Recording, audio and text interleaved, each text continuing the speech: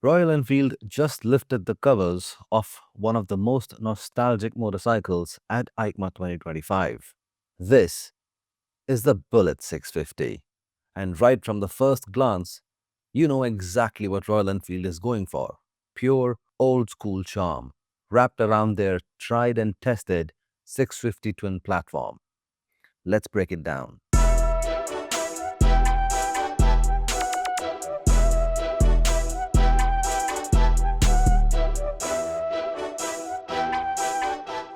Royal Enfield has this almost unfair advantage. When it comes to retro motorcycles, they don't just design them, they live them. They understand what authentic actually means. And the Bullet 650 is another perfect example of that. This isn't the fastest bike you'll ride. It's not packed with electronics, and it's not trying to be modern. It's here for something completely different: soul, simplicity, and style. So in this video, let's go through everything you need to know about Bullet 650 and what makes it such a compelling addition to the 650 family. The heart is familiar. The 648 air-cooled parallel twin that makes around 48 horsepower and 50 Newton meter of torque. Exactly the same platform used in the Interceptor 650, the Continental GT 650, the Super Meteor 650, the Shotgun 650, Classic 650, and Bear 650. And now, the Bullet 650 joins that exact same list. But even though the engine is the same, this motorcycle feels completely different in personality. The Twin has always been a pleasant, soulful beauty-tuned engine. It's not meant to punch your chest with acceleration. It's meant to flow. Linear torque, relaxed power, a note that's warm and mellow. The kind of engine that makes gentle cruising feel special. This is a bike that doesn't try to raise your heartbeat. It tries to slow it down. And that's the charm. The Bullet 650's chassis setup reminds me a lot of the classic 650. Long, low, and relaxed. You get a steel frame, 43mm telescopic fork with old school fork covers, 120mm travel at the front, twin shocks at the rear, preload adjustable only, rear travel around 90mm. Now, with 90mm at the back, this won't be the most comfortable bike on broken roads. But Royal Enfield clearly expects you to ride this on smoother tarmac, open highways, which is kind of rare in India. It's not built for attacking corners, it's built for enjoying the ride. Braking is also a step up in very cruiser-friendly way. 320mm single disc at the front with a 2-piston caliper, 300mm rear disc, quite large for the segment. This rear strong braking setup is something you often see in American cruisers.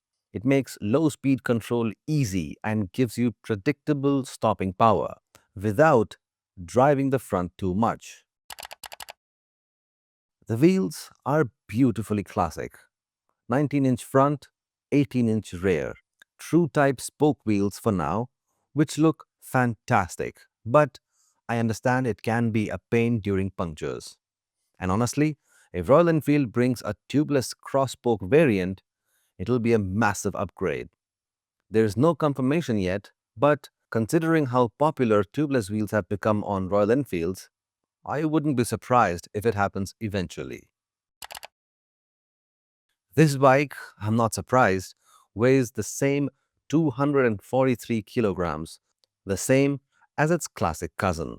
And that is heavy, and there is no other way to put it.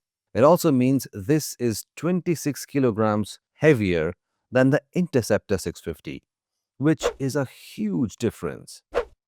However, the weight comes from the aesthetic choices: thick metal mudguards, full metal bodywork, fork covers, long fenders, traditional frame geometry, massive tank, and that signature Bullet visual DNA. Royal Enfield leans into metal, into durability, into presence, and honestly, that's why these bikes look the way they do. This is where the Bullet 650 really shines. Everything on this bike screams heritage. Thick fork shrouds, long metal fenders, headlight peak, hand-painted pinstripe, proper metal tank, chrome accents, classic stance. The finish quality is impressive, especially the metallic point with gold accents. And if you look closer, even the black is not plain black. There's a subtle metallic sparkle that looks incredible under light. The Bullet 650 doesn't look retro-inspired. It looks like an actual vintage motorcycle brought into 2025 without losing its soul. The retro theme continues beautifully into the instrument cluster. You get a dual dial style layout, proper analog gauges, and that signature bullet top crown design, with the clock embedded right into the headlight nacelle. It's such a thoughtful throwback to old bullets that enthusiasts are already celebrating. On the more modern side, you get the Tripper navigation pod, simple turn-by-turn navigation by the Royal Enfield app, and of course, ABS. And that's about it. No riding modes, no traction control, no fancy sensors or IMUs. Nothing unnecessary. And honestly, that's the whole point. If you're buying a Bullet, you're buying it because you don't want modern distractions. You want simplicity. The ergonomics are exactly what you'd expect from a retro cruiser. Upright, commanding seating position, wide, swept-back handlebars, a very wide and plush seat, big, almost Harley-Davidson style foot pegs, 800mm seat height, which is super accessible, 154mm ground clearance. This is a bike designed to be ridden all day, with zero stress on your back, your wrists, or your knees. It's not sporty, it's not aggressive, it's calm, steady, and smooth. And that's exactly what makes it enjoyable. Royal Enfield is usually very sharp with pricing, and I expect the Bullet 650 to be no different.